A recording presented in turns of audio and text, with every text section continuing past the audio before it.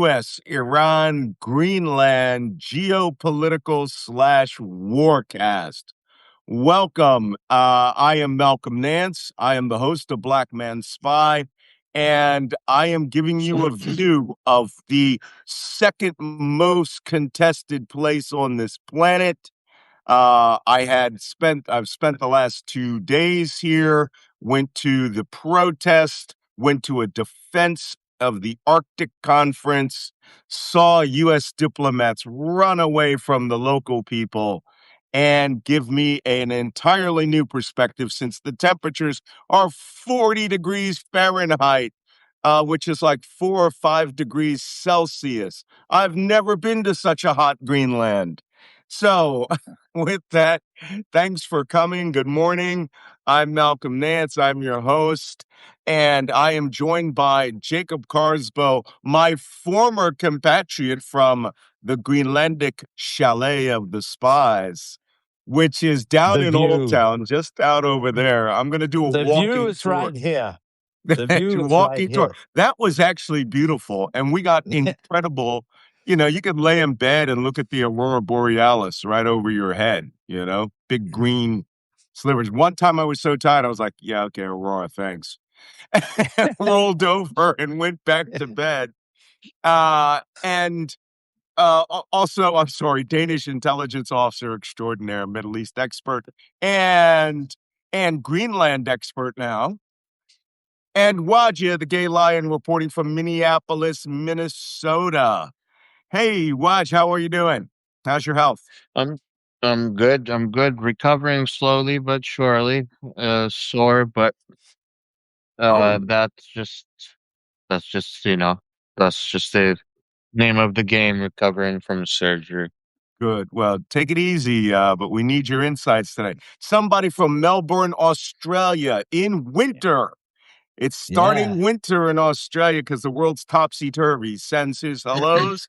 I like Melbourne a lot. I gave a couple of speeches there when I was teaching at Macquarie University in Sydney. That was a great place. North Ryde was the actual name of the suburb, but like Have Melbourne, a Victoria bitter. Have a Victoria. have a Vicky Bitter, right? I am more of a Castlemaine 4X. Wait, Castlemaine 4-star double X lager guy.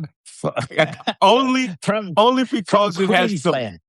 only because it has the best commercial on this planet. So Australian beer, good stuff down there. So good morning, good afternoon, good evening to all of you, wherever you're coming from.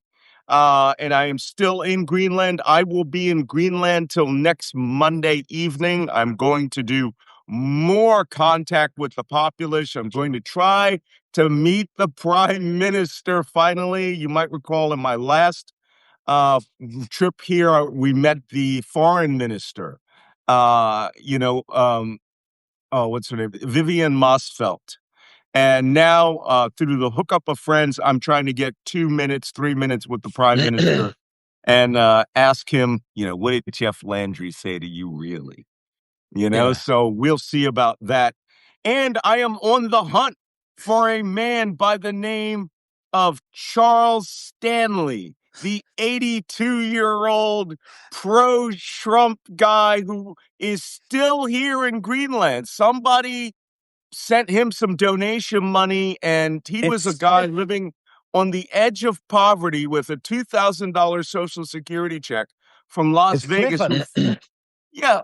What's that? Clifford Stanley. Clifford Stanley, yeah. Yeah. Flew himself here on a $2,000 a month salary, which I'm sorry, it's $2,000 just to get here from the East Coast, right? And then he's staying at the Soma Hotel, or the Shuma, as they pronounce it, that for a plank with a small table and a bathroom down the hallway that's shared is $150 a night. And he must have used all his savings because he was here for 2 weeks. And now he's staying for an extra 10 days. And he's going around offering people to sign to a promissory note for $200,000 if they promise to love Trump. I understand he's got 2 takers. And we know the names of both of them, right? One's a member of parliament and the other is a bricklayer. So that's what's going on here. But first, let's do a quick coffee mug check. Yes. Yeah, just an important thing before the coffee mug. Wow. It's the old DIA coffee mug I got here. But Vivian Mutzfeld, you talked about Vivian Mutzfeld. I don't know Yes. if you know, but she switched parties. Ah, she did? She left what was originally the Labour Party because they're like committing harakiri in the Labour Party. And Mhm. she switched to the Prime Minister's Party, which Right. is, right of center Mhm. party. So she has joined that party now. And if I'm not mistaken, one of them is the pro-independence party. I think she left the pro-independence party, right? Well, the old Labour Party was like soft independence.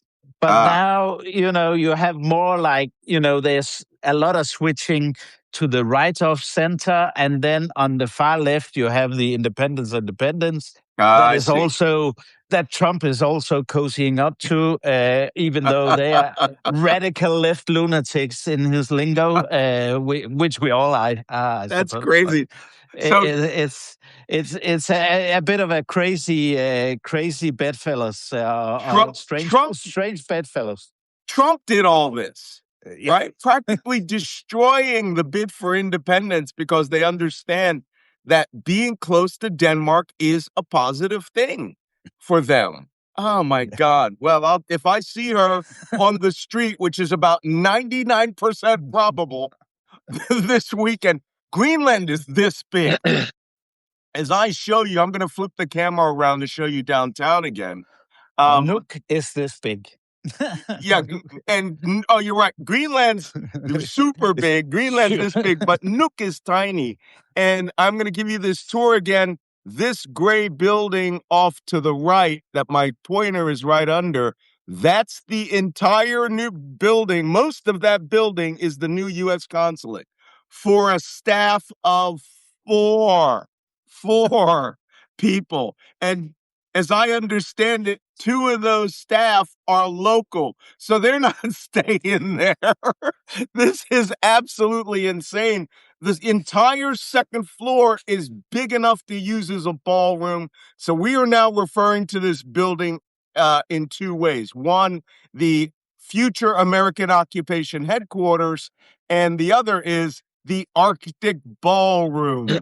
Yeah, exactly. So let me point out a few features. That is the American consulate. Right to the right, and a little bit behind it, is the Hotel Hans Ilya. That's the high-end hotel here. $350 a night for a room the size of a Motel 6. Off to the left is the Buseni supermarket. That's an apartment building. And going back over, let me see if I can get it here. You can see the satellite domes off in the distance. The cultural center is back here, along with what's called Nook Center. That's the mall. Oh, there it is here. You can see it right there. That's the cultural center. And behind it is the town's mall. And to the left, where you see those red balconies just behind that, that's the parliament. That's it. Daddy's bar is right about here. That's go home. Right? I've just given you 90% of what you need to see. That's not true. Old Town is over that way. And for those of you who are watching, I'm going to go do that. I'm still struggling with Wi-Fi issues, my mobile Wi-Fi, which now I'm with Google Fi, and I hope to get that resolved. Otherwise, I'm going to be making videos for you. Okay, what's your coffee mug, Waj? My regular Italian, Yeah, okay. Paddington's going to be very jealous. You got a DIA mug. I'm so damn dehydrated. I drank coffee about 2 hours ago. I'm on water now. Okay. I have to pound down the water. Before we start, I do have an error to correct. Yesterday, when I went through the private chat, I did a private subscribers only show, which is still up, and it is only for subscribers.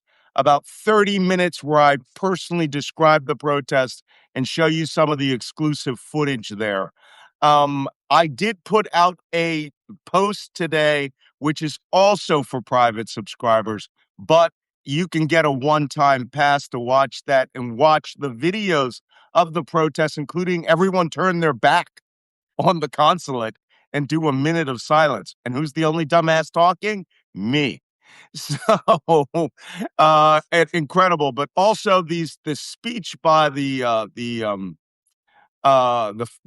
leader of the protests, a guy whose name is Apapulekuk. I think that's his full name, Florian. He's a great guy, quotes the Declaration of Independence, the Constitution of the United States, the Gettysburg Address, and the Pledge of Allegiance to diss the United States. I was like, damn, you didn't leave anybody out in that ass kicking. I'm like, gotta agree. So Yeah. that being that, let's get on to some of the other news. There's a lot of news out of the Middle East. Malcolm, just a little thing, just Sure. for folks, because I'd said there wouldn't be many Greenlanders at the inauguration. Actually, quite a few of the mayors from around Greenland Yes. came and went to the consulate and entered the consulate for the party, and they had brought with them protests that they handed to the ambassador. They handed to Ken Howery. There was an interview on Danish TV with the mayor from Kanak, which is all the way down south, the southernmost settlement, which is 5,000 people, 6,000. And well, she was actually crying on TV, but she said, "I'm going in there and I'm handing the ambassador this letter from my people down down south." That feels So like that was Katortok. what. Yeah. Sorry, Katortok. That was what a lot of the mayors did. Well, you know, our friend is Marcus Jacobson. He's the young guy from KNR television with the cool mustache. And so I ran into Marcus as he came out of the building. He went to the reception. The reception started at 2 p.m.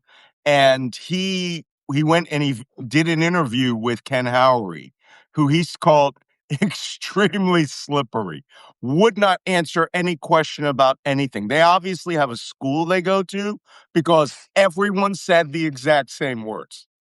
So he said there was a lot of champagne there. He said the Greenlanders that were there were the mayors who were there to do the protest. They were there to deliver petitions against the United States. Then he said there were people who were required by diplomacy to mandatorily go there, including the only person that was represented by the main government was Vivian Mosfeld, since she's the foreign minister. Prime Minister did not go. No one else, no members of parliament went unless they were one of these mayors.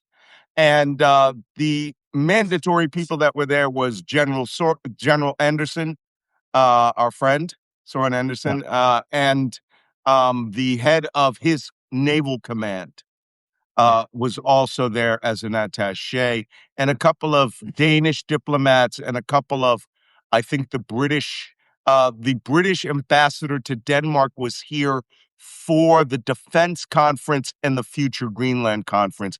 She attended, and one guy from the Ministry of Foreign Affairs attended. He said there were total of about 60 people there, and most of them were American. He said about 20 American businessmen who apparently came here specifically, they may have been invited and then come and shown up. But, people just coming off the street, the rest were journalists. And Howery had himself a tiny little party there. The new consular officer, I just wrote about her. Gosh, I can't remember her name, and I literally just had it in my Substack. But she is a career diplomatic officer. Let me rephrase that. She is career foreign service, But to become the consular at this consul, she turns out she is a career foreign service who is a hardcore MAGA person, and that's why she's in charge here. She commands herself. Unlike the previous consul, she has an assistant, and then two local staffers who help do translation and secretarial stuff answer the phones. I don't even know who does the janitorial over there, so we'll have to see. No. Okay. Just for our listeners, Malcolm, General Anderson is the commander of the Danish Arctic Command, Yes. which is located in Nuuk. Yep, Arctic Command. Great place, good guy. I thanked him for rescuing the submariner who was sick. I said, I don't know if anyone really is thanking you, but I was a submariner. I've been on missions where we had to break mission and bring someone who was terminally or critically ill out, and it's not normal.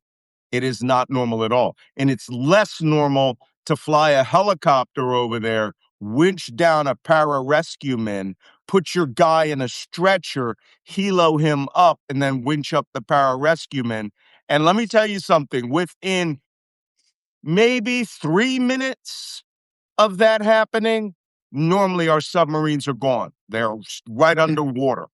The minute a person is winched off and the watch crew is brought inside the boat, boom, we go straight down and leave. So it was highly unusual for a U.S. sub to surface here and to have to winch somebody off. So I thanked him for the American people and definitely for the subscribers and people who follow us on Black Man Spy. Okay, anybody else? Anything else? Can we start the program? Yeah, and people should just remember that half an hour after this rescue mission happened, that was when Jeff Landry launched the idea of the crazy hospital ship going to Greenland. Instead of thanking the Kingdom of Denmark and the Arctic Command for what they did for the U.S., they launched this crazy a country idea that already has free healthcare. And where did they bring him? That awesome-ass hospital that I visited. Well, they're complaining that it's not good enough, and we want. It's not good enough for Jeff Landry, but it's good enough for the U.S. Navy. To Louisiana standards. Oh, Louisiana standards? Louisiana hospital. I am not joking. Most primary care in Louisiana comes from private primary care centers, Walmart, Walgreens, and pharmacies who do all of the checkup and stuff and give prescriptions. Hospitals there are awful in Louisiana. And that I'm looking at you, New Orleans, and all the rest of them. Louisiana is 50th in healthcare in America. Dead last. And you know why? Because a third of that state's black, and they don't care about those people at all. There you go. Guess what? Yeah. People of Greenland are a little dark, you know what I'm saying? So, darker than Wajeeh. So, anyway, all right. I shit you not, we should really start this program. Okay, we've done the Greenland segment. Thank you very much. Let's move on back to the Middle East, where things get exciting. Oh, they're starting to believe. Whoa, sorry about that. I got to turn my phone on to do not disturb. Rhetoric. Oil prices look down. Wow. How far did they go down on West Texas Intermediate, Watch? I can't see. 95.87. So a whole $5 from yesterday. Yep. Yikes. They believe maybe Trump there's is something surrendering. It's taco, maybe not nacho, because apparently the nachos are being eaten. Okay, great. Brett North Sea cruise down to 102. Europe seems a little reluctant. So let's talk about it. Thank you, Wajeeh. Yeah, let's talk about the significant activity of the day. Jacob, you want to tell us? Yeah, according to the Iranians, within the last 24 hours, 35 ships have exited through the Strait of Hormuz. and it was the figure was around about 30 the past 24 hours, so it should be around about 60 to 65 vessels that have managed to exit. I assume that it's under the Easy Pass controlled by the IRGC, because these IRGC figures. Yeah, so they have it under control. I have not seen any indications that the Americans, due to their blockade, are stopping these ships. I have not been able to look into what affiliation they have. Are they some, at least? I think 2 to 5 tankers related to China have transited. Mm-hmm. This right. is basically 65 ships passed. That's $130 million worth of Easy Pass money. And if you divide that by 50,000, that's roughly about 2,600 drones for you. Yeah. Yeah. Wow. That's damn good money. And you know what? Go ahead. No, you go. Okay. When I heard this news, based on what you had said, I immediately got suspicious. Yesterday, I did an hour on Mario Nawfal's show as news was breaking with regards to the LOI, the letter of intent. And we discussed this yesterday. Right now, the talk is that the United States and Iran are in a breakthrough once again that appears real. And this is, as a matter of fact, Mario goes, Malcolm, you're really a pessimistic guy, but you sound a little optimistic that this thing's going to get done. And the only reason that I think it's going to get done is Trump is absolutely desperate, without any question. Yeah. He is absolutely desperate. I think some of the real money men and in the Gulf states have spoken to him, and they said shit like, we can't build Trump Tower Riyadh. We can't do the Trump golf course in Dubai. We are losing trillions. And then finally, maybe Scott Bessent and a couple of others sat down and said, hey, this is going to be giving us $7 a gallon gasoline by the 4th of July, which is in 5 weeks. And I still think we may still hit that number, right?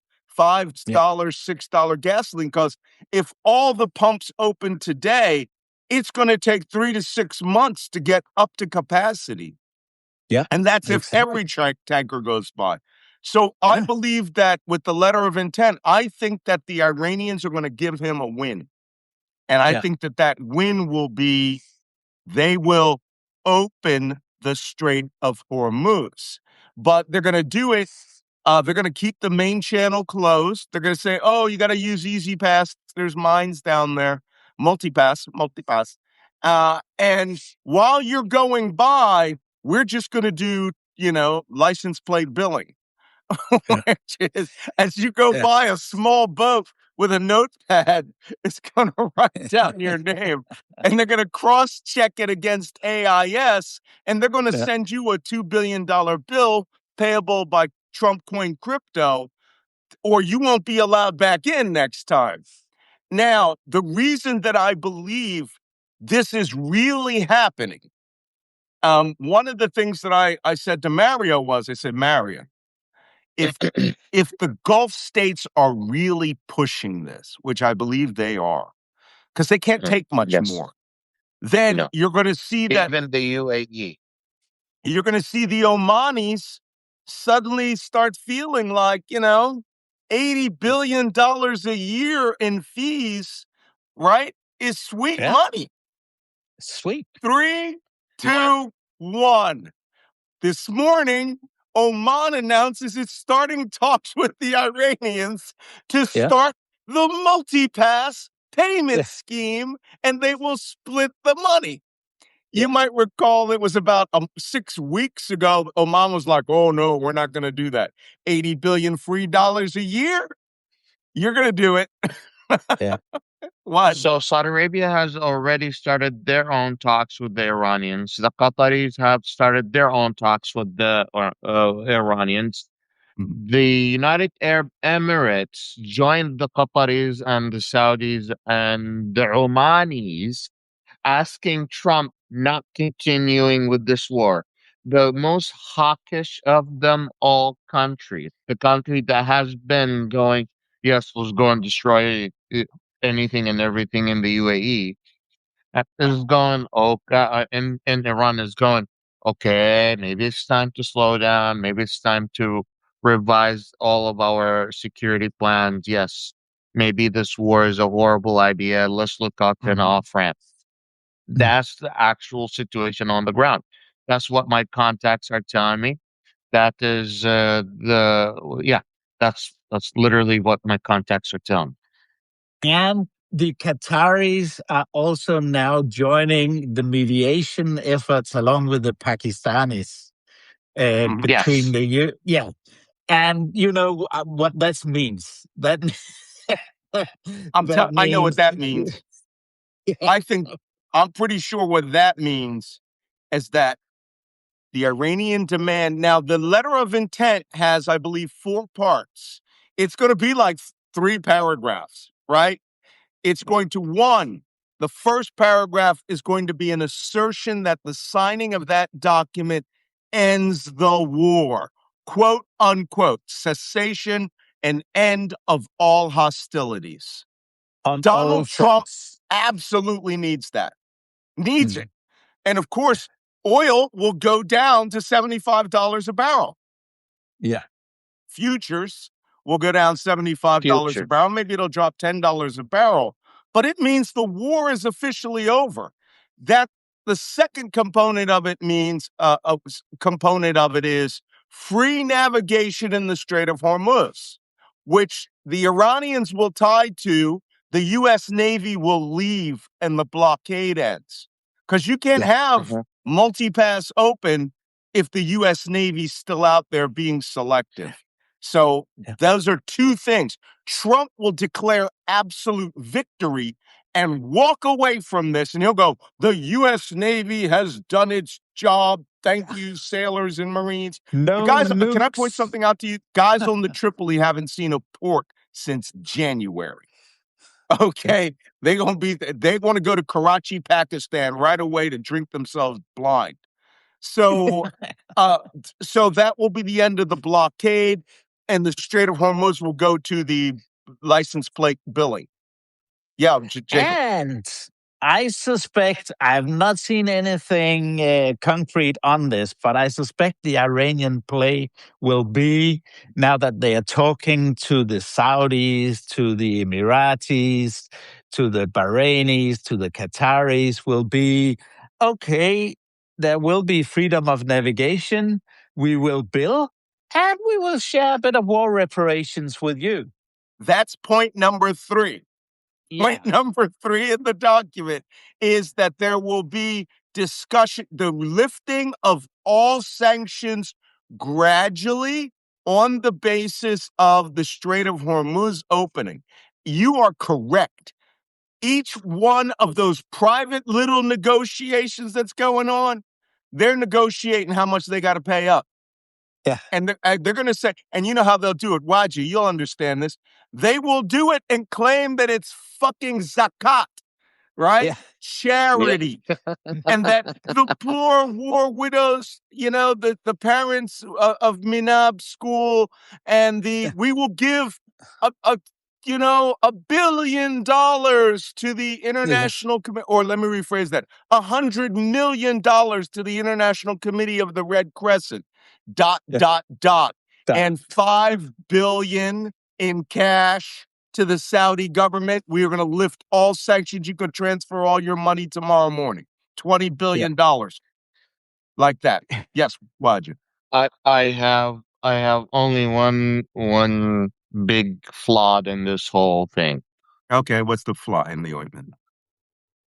The whole, not your argument, the whole peace thing is that everything is fine. Okay, Trump is going to be okay with that. Trump is going to be okay with this. The only thing that's not going to go well is highly enriched uranium. Yeah. Iranians are Well, not getting ready for that, and Trump wants the Iranians to give up this, the 60% in highly enriched uranium, well, which they have about 30 kilos of it, or something 450. like that. Yeah. 450. 450. Yep. Okay. Oh, Well, isn't sir, that like I can 14 pounds? explain this. Yeah. The letter of intent has nothing to do with uranium. The letter of intent is these 4 points only: end of the war declaration, Strait of Hormuz, freedom of navigation, not reparations, lifting of sanctions and the return of monies, right? Plus zakat, right? Dir balik, Mm. bakshish, whatever you want to call it, right? A little something, something to the tune of $20 billion. And the fourth one, it has nothing to do with the fourth one is they will then enter into a 30-day negotiation period where they will discuss those other big issues. That's it. Mm. That's what this document is. It's a promise to talk about things in the future, but y'all giving me some money and we'll let Memorandum some of ships through. understanding, basically. Yep. That's why it's called a letter of intent. And Jacob's already identified that the Iranians are showing signs of goodwill. 35 ships yesterday, 30 the day before? Yeah. Starting to it's like, okay, we're going to let some through now. We're not blocking the straits. Who's talking about that? We'll let it go through gradually. And you can almost hear it every time a ship goes by. Ding, multipass, ding, multipass, ding. ding, multipass. Okay. That's what's happening. Toll booth going up. Toll booth going down. Trump loves You know what? saying it's a concept of a plan. It literally is. It literally is the concept of a plan. So that's what's going on with regards to the Strait of Hormuz. Right now, I know somebody asked the question about the strike on the power plant. They're a few days late about that drone strike on the generator at the Baraka nuclear power plant, which probably convinced the Emiratis, like, fuck it, let's give them money. It works all the other times. Time to put this baby to bed. Yeah, exactly.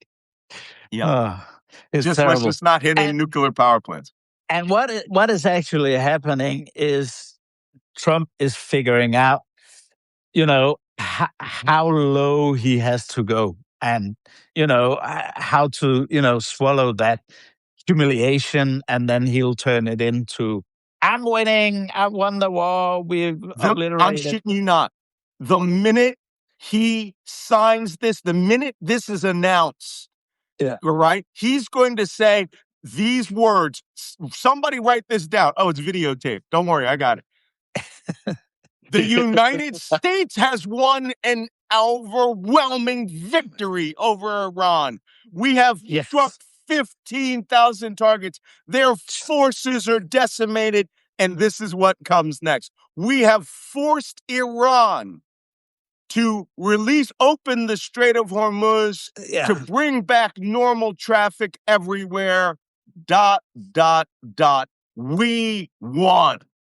But it won't be. He won't use the word overwhelming victory. He will say total and complete victory. That's right. It was a total and complete victory. And here's why. He'll say, look at this letter of intent. He'll wave it. He'll say, they agreed to all 4 points. Yeah. And this is another thing that I discussed with Mario yesterday. I said, 30 days later, no one in America will remember he was supposed to negotiate anything. They'll just walk away. Iran will keep everything fucking. The only person who will put a knife in his back over that is Benjamin Netanyahu. Yeah. Mm-hmm. Yeah. And his coalition of complete lunatics. Think about Netanyahu. Ben Greer, for instance. Yeah, Ben Gvir, he's got to go. Real Is quick, that he Ollie Welch says Netanyahu could literally force Trump's hand without having to convince Trump. he could He just just attack. has to go and attack. Exactly. He He doesn't could say, even "We need saw to them wait moving for Trump. nuclear materials. We had to do this." But that's okay. Exactly. That's okay. The Iranians will take it, and they'll just go to the Saudis and say, "You owe us $1 billion more." Especially you, Abu Dhabi. They're your bestest buddies. Ollie Welch made a great comment about the Strait of Hormuz and the multipass. Every time a ship goes through, an angel gets its wings. And another person says there's going to be like one of those clocks where every time a ship goes through, the amount of money that's racked up calculates. You guys are hilarious. There are some very hilarious people here making comments here. Okay, so okay, let me go to the bottom here. I can't take all of this. Oh, yeah, we'll talk about Lebanon. There's been attacks that have carried out in Lebanon. Okay, other than that, there was a Somali pirate attempt off Socotra Island, which is off of between Somalia and Yemen, attempted marjacking of a ship. Who wants to talk about Lebanon? I can say a few words. Okay. Socotra is right there off Somalia, off the Horn. Horn of Africa. Lebanon, that's actually a potential spoiler for what we are talking about with Trump and the Iranians and the letter of intent, because the Iranians are going to insist that the Israeli onslaught in Lebanon stops, and it's still going on. From what I could tell, I did a quick look through this week. There's been quite a bit of activity, but not the last 24 hours, as far as I could tell. Well, actually, 7 hours ago, they struck southern Lebanon, killing 4. Okay, did they? Okay, I missed that yesterday, they killed 7, and 2 days ago, they killed 21, according to the BBC, in southern Lebanon, in a strike on a single house. And the whole issue of the so-called security zone that the Israelis are establishing, that is something where Hezbollah and the Iranians are going to say that needs to stop. Or we can't sign anything, because when we say the war needs to stop, that is on all fronts, and that includes Lebanon. Okay. For those of you who've already seen it, and 45 of you have already seen it, there is a chat going on. The number is wrong. It says day 85. It's actually day 86.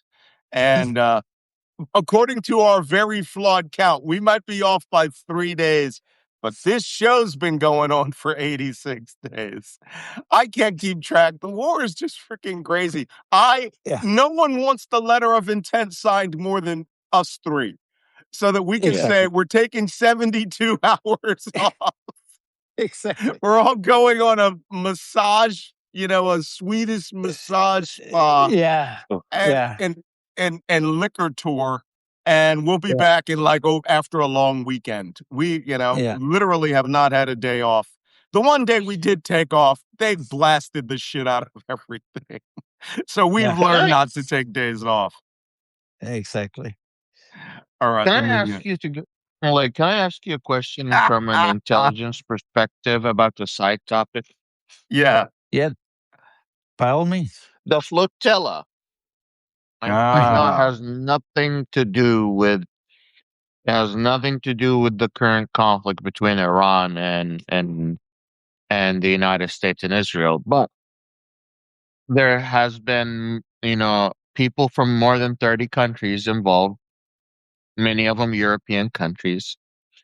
And there are many ships that were involved from these countries, and the Israeli government has invaded each of those, or I don't know if you want to call it invaded, or intercepted each of those Borders. ships. Those ships. Yeah, these are the Gaza. This is the Gaza Peace Flotilla.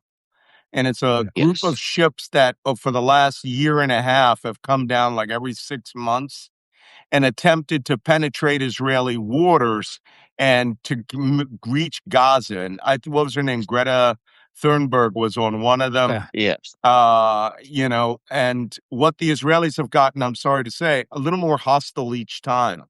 And this time, they really rough handled the people. If you watch the video, just this morning, the people, they were released by flying them to Turkey, and the Turkish had to actually have many ambulances come and evacuate them.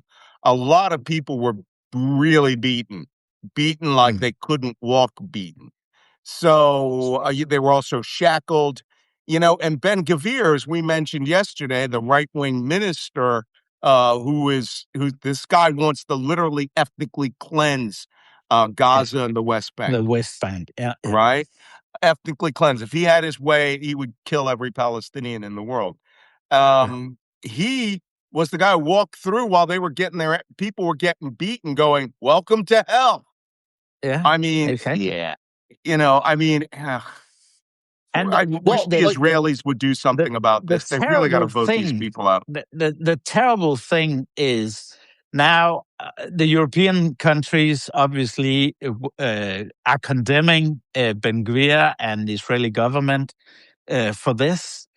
But we also have to, say, a lot of these people, I can't say all, but some of these people on this flotilla actually sympathize with terror groups. Yeah, I'm sure. Look, let's be honest. Anyone who says Hamas are freedom fighters and that Hamas is legitimate resistance, I'm sorry. I've been doing this way too long. Okay. I remember back when Hamas was a baby organization assassinating Palestinian cops on the street. Okay. They are a terrorist group. They did a mass act of terror and they brought about a lot of what's happening. But don't be down there showing them sympathy. They don't represent the people of Gaza. People of Gaza are being killed in their name. They made a coup. And ended the experiment of the Palestinian Authority in Gaza, and assassinated quite a few Palestinian leaders that just to show that they were the ones with the power. Yeah. The thing here is like what a lot of people are trying to understand or what they are wanting to know is, does the Israeli government has the right, and did they have the right to board these ships and stop the flotilla that doesn't have any weapons to go from reaching people in Gaza? Is that like first off, they're not intercepting them in Israeli waters. They're intercepting them like 12 miles off of Cyprus, which is international waters. And when you have a navy, a blue water navy, and a commando force, and nobody to stop you, I guess you can do any damn thing you want. People have thought that the Turkish were going to be escorting them this time. But, there's not going to be an Israeli versus Turkish Navy clash over Greta Thunberg and the people who were on this flotilla. But that did occur. Those people have now been returned to Turkey. A lot of them were abused. If you see the videos, I watch Turkish television. I was interviewed by a Turkish television journalist yesterday. These people were, purple at the wrist and beaten and cut all across the face. It's not a good look. Not a good look for Israel.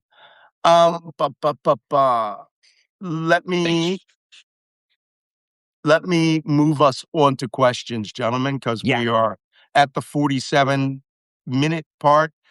Some very great comments. I do want to call attention to a photo somebody has put up, which I guess they want this for merchandise. If you can see that, it says, "I love the yell of Malcolm in the morning." I have a feeling that might be next to yes, NATO, no pedo. Might be the Black Man Spy merch that you've all come to know and love. By the way, speaking of merch, I forgot to tell you, I have headgear today that we found here in Greenland. If you can read that, it says already great. Already great. And on the side, it says Make America go away. Yeah. Make America Go Away. And I guess you were on with Ken Harbaugh yesterday. Yeah. And I watched the program and he goes, "Oh, I wish I had one of those hats." So I ran out and got him the Greenlandic anti-MAGA hat. All right. Yeah. And it says in Danish, "Ne dat nuk." And that means it's like that's enough. Right? Yeah, now it's enough, but it's not how we spell enough, but you pronounce it more or less the same way as the capital of Greenland. So Nuuk is like the capital of Greenland, not Nuuk. So, and it also has the MAGA, Make America Go Away logo on the side. And so Ken was there and he was doing his thing and I sent him a picture of his going, "I got your hat, dude." Because when he was here with us in January, he was like, the only place you couldn't get that hat. The owners of the Tapas restaurant had all of his staff wearing it, and he ordered it specifically for his staff. Right? That's enough, And so Ken was like, I couldn't get one. Then I found for these protests, they started selling them in Nook Center. And they're redonkulously expensive. Let me know if you guys want one. But they are lots of people were wearing them yesterday at the protests, right? That's enough. Yeah. So great stuff that we had there. I'm also trying to get the posters. There was great poster game at that yesterday. So let's go to a couple of questions. Oh, okay. For those of you who missed these things, if you go back and stay on chat, I do answer most questions. This morning for about an hour, I was answering on the private chat the questions there. So Michael Main says, if Iran were to obtain a nuclear weapon, would it be like North Korea's situation or be more dangerous than that? It would be more dangerous than that. And here's my assessment. I'll let you guys do. Because Israel would vaporize that shit with a nuke. I think that's the red line for them. I really believe that if they had gone to this next phase of operations and we had started digging in tunnels, it would not be past Benjamin Netanyahu to send a nuke down a tunnel. Right? Small 5 kiloton bomb and say, okay, now I've guaranteed that it isn't going to happen. Right? What do you guys think? I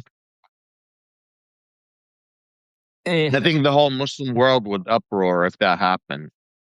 So you're talking like they care. You better explain that one because they don't have a nuke. But if the Iranians got a nuke, let's say North Korea sold them 5, then you have a standoff, right? And this is why North Korea has nukes, because they aren't opposed to South Korea. Their big thing is America. And they don't want the United States using its nuclear umbrella against them. The whole point of a nuclear deterrent is mutual assured destruction. That's number one. Number two. Unfortunately, not for Israel. The problem here is that once you get Iran and its own people under some sort of nuclear umbrella, you're not sure if Iran has spread their own nuclear weapons into Lebanon or Iraq or any other region, because they could.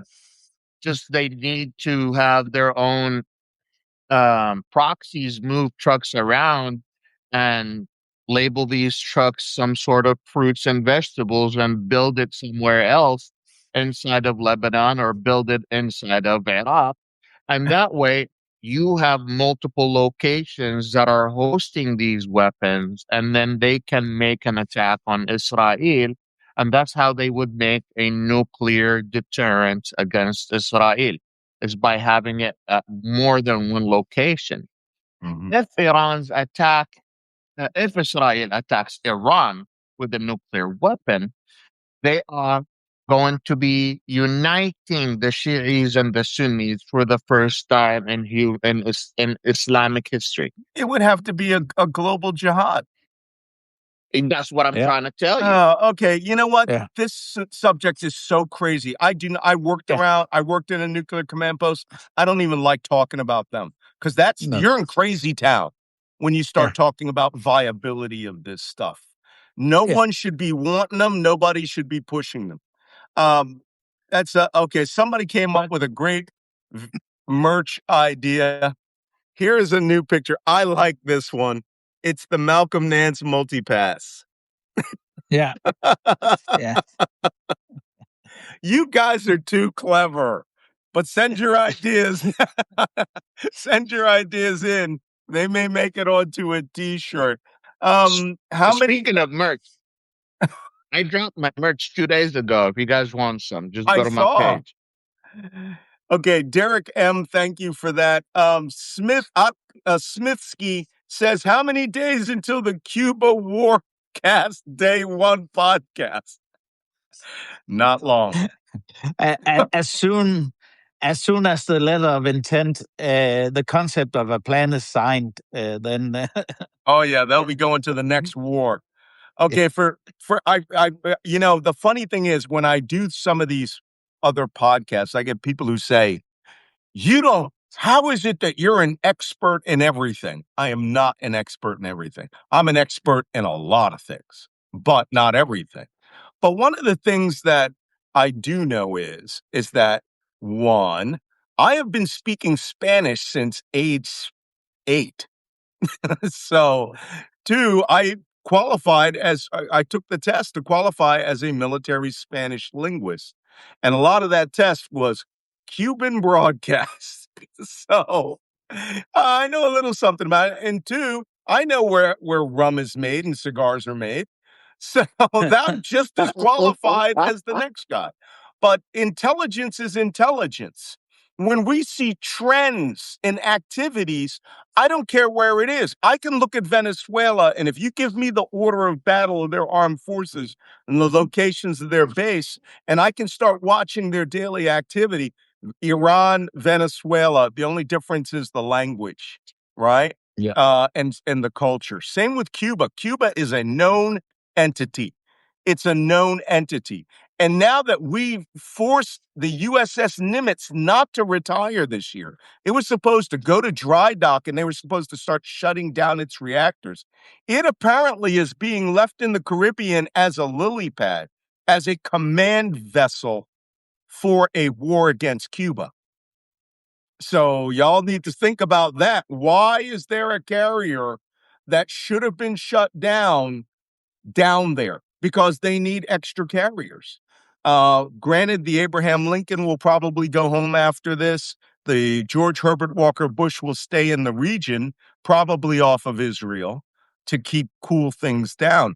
But I suspect all of our carriers, U.S. Air, are going to start focusing on Cuba. Didn't Bush come back to the U.S.? Uh, no, that was the Ford, the shit ship. Mm. the, the yeah, fire and shit ship. That's what they were calling it. It's terrible. And it's its first cruise. That's its shakedown cruise. yeah. Okay. Let me just answer one more question. I have a quick remark just on the Iran nuke issue. There's also going to be general elections held in Israel later this year, Mhm. and this whole issue will also play into that. And it doesn't look good for Netanyahu. So there might be a different government that will handle it in a different way. let's see. But there are a lot of scenarios that could play out. But it's not necessarily the madness of Bibi and Itam Ben Gvir and the lights that will run the show much longer. Okay. We have to see. Let's hope so. Maybe that this will be the thing that breaks camel's back and sanity will come back to it. One more Hopefully. question. And we'll see, because most of these are comments.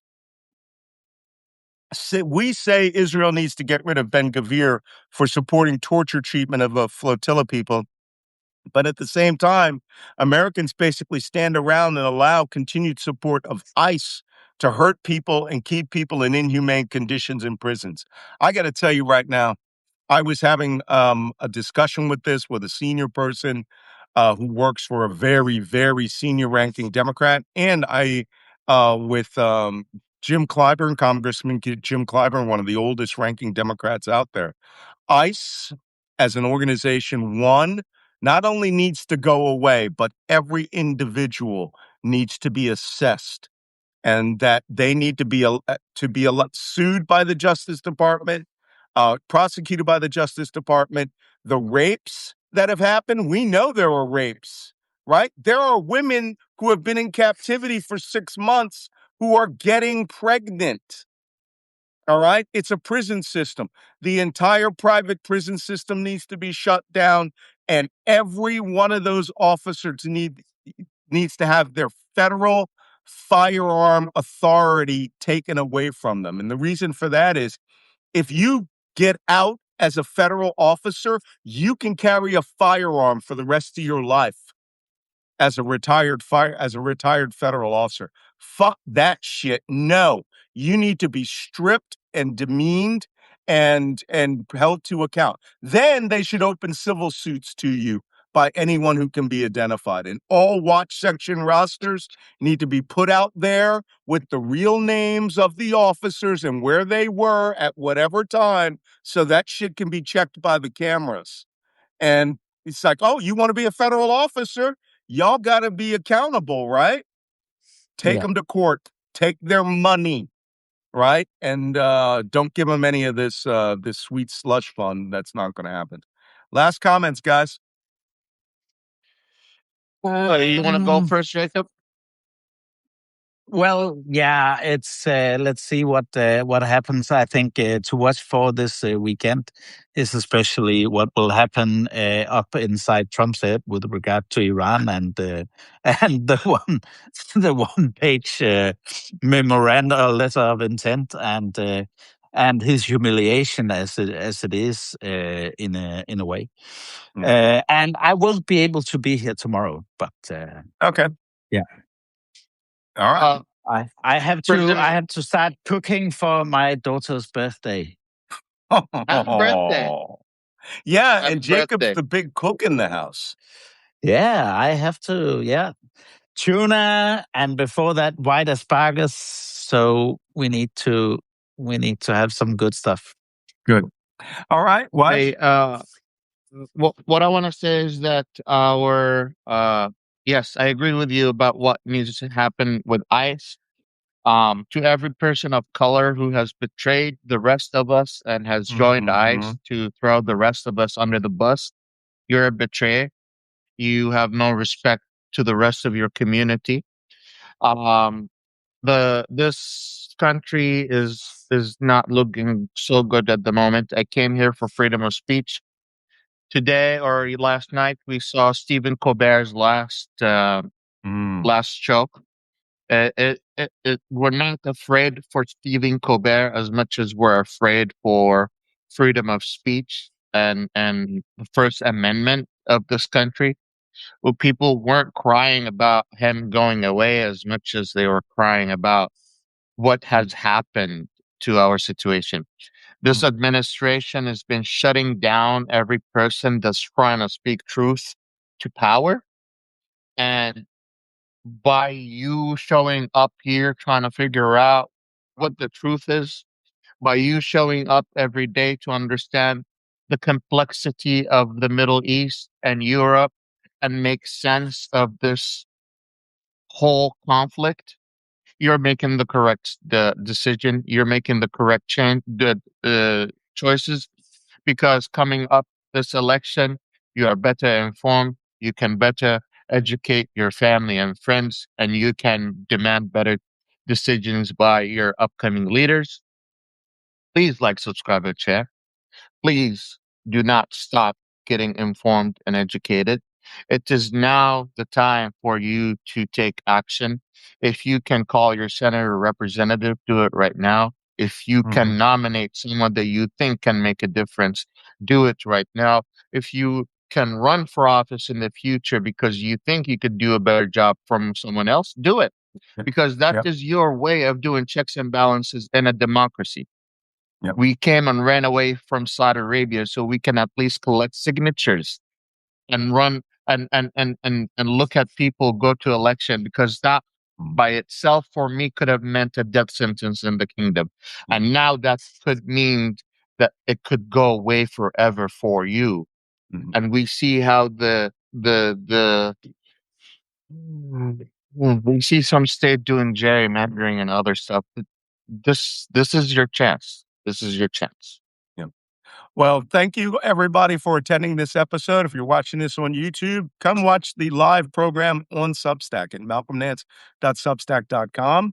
And if you are a subscriber here on Substack, consider becoming a paid subscriber.